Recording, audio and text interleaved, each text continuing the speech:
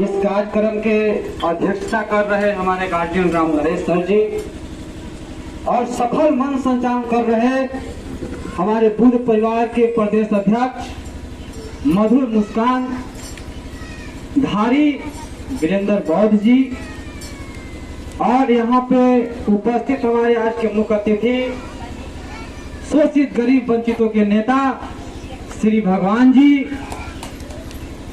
और हमारे यहाँ पे उपस्थित गार्जियन दिनेश बाबा जी, कैलाश पाल जी, हमारे राजेश मास्टर जी, वकील पाल जी, अरुण राम जी, सुरेश जी, लाल जी, महेंद्र शर्मा जी, शंभू राय जी, बहुत हमारे गार्जियन नजर आ रहे हैं जिनका मैं नाम नहीं ले पा रहा हूं, उनसे मैं क्षमा चाहूंगा।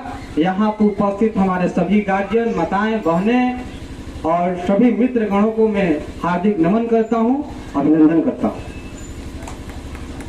सबसे पहले विश्व को शांति का संदेश देने वाले, एशिया के किरणपुंज कहे जाने वाले तथागत गौतम बुद्ध जी को मैं नमन करता हूं।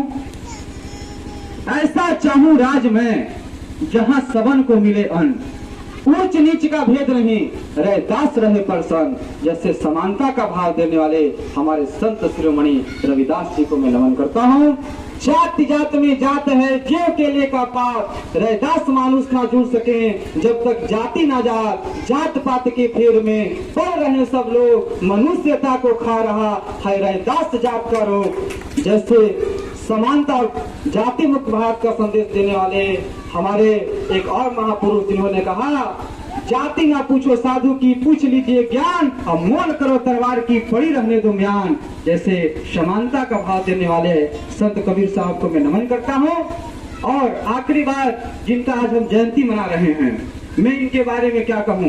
बड़ों को कान देने वाले, गूंगों को जुबान देने वाले, लंगड़ों को टांग देने वाले, गांधी को जीवन दान देने वाले, विश्व रत्न, बोधिसत्व, symbol of knowledge, Columbia University topper, 50 से अधिक पुस्तकों के लेखक, 32 डिग्री धारी, 9 भाषा के ज्ञाता, 14 तालाब आंदोलन के द्वारा पानी पीने का अधिकार देने वाले, वोट के अधिकार देने वाले, यहाँ तक कि भारतीय रिजर्व बैंक के प्रणेता महामानव बाबा साहब डॉक्टर अम्बेडकर को मैं नमन करता हूँ।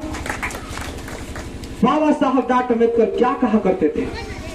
बाबा साहब ने कभी मूल निवासी, कभी भी किसी एक कास्ट के लिए काम करने का काम नहीं किया।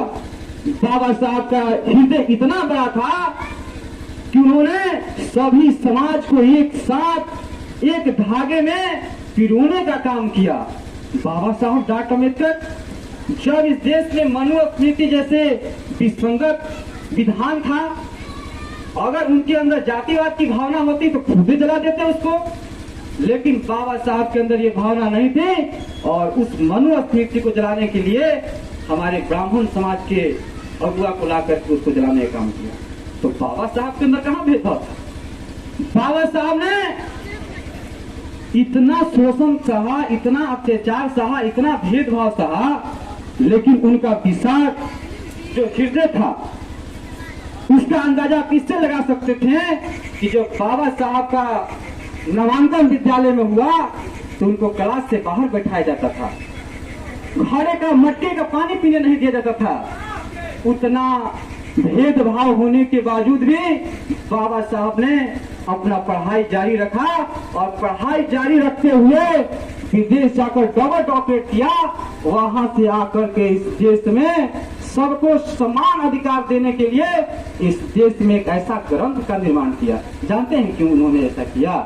जब उनके साथ ऐसा भेदभाव हो रहा था तो उन्होंने अपने माता से पूछा कि मम्मी, जब हम विद्यालय में जाते हैं तो हमको मटका का पानी पीने क्यों नहीं दिया जाता है, हमें क्लास से बाहर क्यों बैठना पड़ता है? तो उनकी मम्मी ने कहा, बेटा ऐसा किसी किताब में लिखा है। तो बाबा साहब ने उसी दिन यह निश्चय किया कि एक दिन पढ़ लिख कर मैं किताब लिखूंगा जिसमें सबको समानता का अधिकार देने का काम करूंगा। और बाबा साहब ने भारतीय संविधान देकर के सब नागरिक को एक समान करने का काम किया। वोट का अधिकार, अरे बाबा साहब वोट का अधिकार आज हम लोग दे रहे हैं, बाबा साहब की देन है। क्या स्थिति था जब अंग्रेज ने कहा कि इस देश में लोकतंत्र स्थापित होगा तो बहुत सारे लोग बोले कि ठीक है, जब लोकतंत्र स्थापित होगा तो वोट देने का अधिकार केवल 3 व्यक्तियों के पास रहेगा। जिसके पास ज्यादा जमीन है वो वोट दे सकता है, जो टैक्स पे करता है वो वोट दे सकता है, जो पढ़ा लिखा है वो वोट दे सकता है। तो उस समय के इंसान हम लोग कितना पढ़े लिखे होते थे, हमारे समाज के लोग कितना पढ़े लिखे होते थे। बाबा साहब ने एक ही बार कहा कि अगर आप इस देश में लोकतंत्र स्थापित करना चाहते हैं और इस नियम से स्थापित करना चाहते हैं तो देश के 90% जनता इस अधिकार से वंचित हो जाएगी, और जिस देश के 90% जनता जब वोट से वंचित हो जाएगी उस देश में लोकतंत्र कहां से स्थापित हो सकता है। तब बाबा साहब ने उम्र के आधार पे सभी को वोट देने का अधिकार दिया और सबको एक समान ला करके खड़ा कर दिया, सबका एक वोट का अधिकार मिला। ये बाबा साहब की देन है। लोग कहते हैं कि बाबा साहब ने महिलाओं के लिए क्या किया। बाबा साहब ने हिंदू कोड बिल ला करके महिलाओं को नौकरी में आरक्षण देने का काम किया। 12 घंटा का काम 8 घंटा किसकी देन है? ये बाबा साहब की देन है। महिलाओं को प्रेगनेंसी के दौरान 6 महीना का छुट्टी और उसका वेतन बाबा साहब का देन है। बाबा साहब एक समय पे एक पत्नी का अधिकार महिलाओं को किसने दिया? ये बाबा साहब की देन है। और जब भारत का अर्थव्यवस्था पे चर्चा होता है तो मैं आपको बता दूं कि भारत के सबसे बड़ा अर्थशास्त्री अमर्त्य सेन से जब पूछा गया कि भारत में अर्थव्यवस्था को कायम करने के लिए आप क्या करते हैं, तो अमर्त्य सेन ने कहा कि इस देश में अर्थव्यवस्था को अगर आपको कायम करना है और देश को आर्थिक उन्नति करना है तो विशेष नहीं, आप बाबा साहब को पढ़ लीजिए, देश आर्थिक उन्नति की ओर अग्रसर हो जाएगा। लास्ट में मैं इस महापुरुष के बारे में क्या कहूँ, समय का अभाव है। एक कविता के साथ में बाबा साहब को श्रद्धांजलि देते हुए अपने बात को खत्म करूंगा कि आज आप जहाँ पे खड़े हैं, आज आप जहाँ पे खड़े हैं उसके लिए बाबा साहब लड़े हैं। आज आपके पॉकेट में जो पेन है वो बाबा साहब की देन है। आज आपके शरीर पे जो चमचमाता हुआ ये शर्ट है वो बाबा साहब का किया हुआ कष्ट है। आज अगर आपके पास दौलत है तो बाबा साहब की बदौलत है। अगर आपके पास आज कार है तो बाबा साहब का किया हुआ उपकार है।